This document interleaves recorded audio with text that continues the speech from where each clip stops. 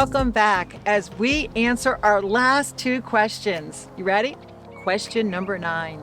Am I developing leaders? This is a legacy question.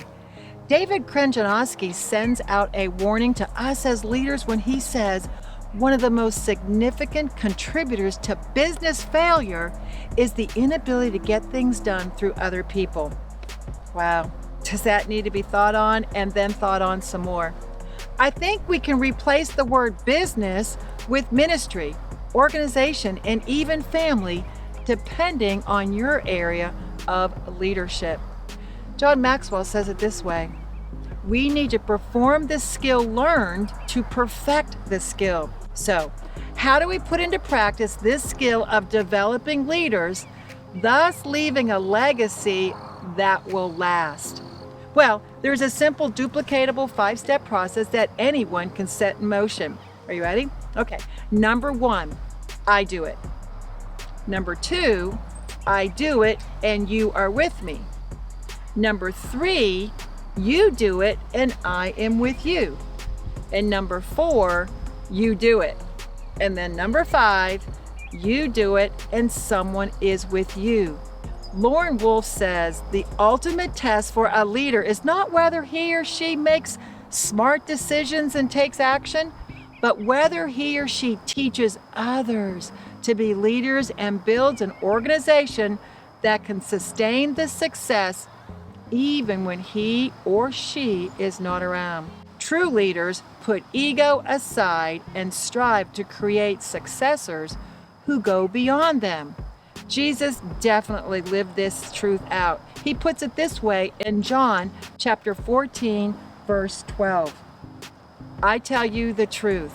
Anyone who believes in me will do the same works I have done and even greater works because I am going to the Father. Before we get ready to ask question 10, I want to just pause just for a brief moment. For not all people will think this is one that they as a leader would ask. For me personally, I have stated during our brief time of asking and answering the 9 questions so as to excel in our role as leaders that I am a woman of faith. So this last question in my personal journey of being the best leader possible is pivotal to all the previous 9.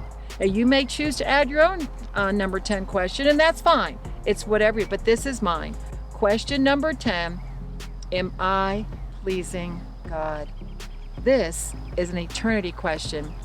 Jesus, God's Son, lived out this question so completely as he said, he was so abandoned. I only do and I only say what I hear my Father say.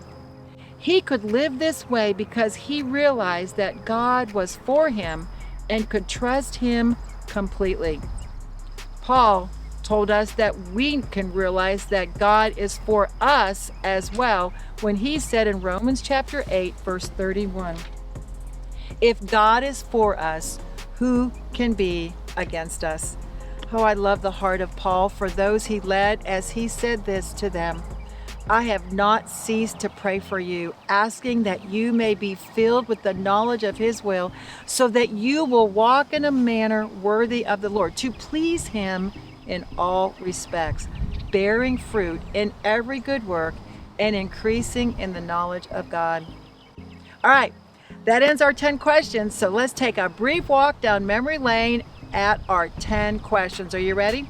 Now, as I read these questions, I'm going to ask you to just make a mental note or actually get a piece of paper and actually write down, I need to focus on this question a little bit more in my life right now. All right, ready? Question number 1. Am I investing in myself? This is a personal growth question. Number 2, am I genuinely interested in others? This is a motive question. And number 3, am I doing what I love and loving what I do? This is a passion question. And number 4, am I investing my time with the right people? This is a relationship question. Number 5, am I staying in my strength zone? A strength zone. This is an effectiveness question. And number 6, am I taking others to a higher level? This is a mission question. And number 7, am I taken care of today? This is a success question. And number 8, am I taking time to think? This was a leadership question. Number 9, am I developing leaders? That was our legacy question. And number 10, am I pleasing God? This was an eternity question. Well, I have enjoyed our time so very much that we've had together, asking and answering these 10 questions that leaders ask themselves. I so hope you will continue to develop yourself as a leader, remembering John Maxwell's quote, "Leadership is influence, nothing more and nothing less." So let us all intentionally be leaders that keep learning, which first adds value to ourselves, so we will always be ready to add value to others. Well, this is Leading Intentionally with Diana. Bye for now.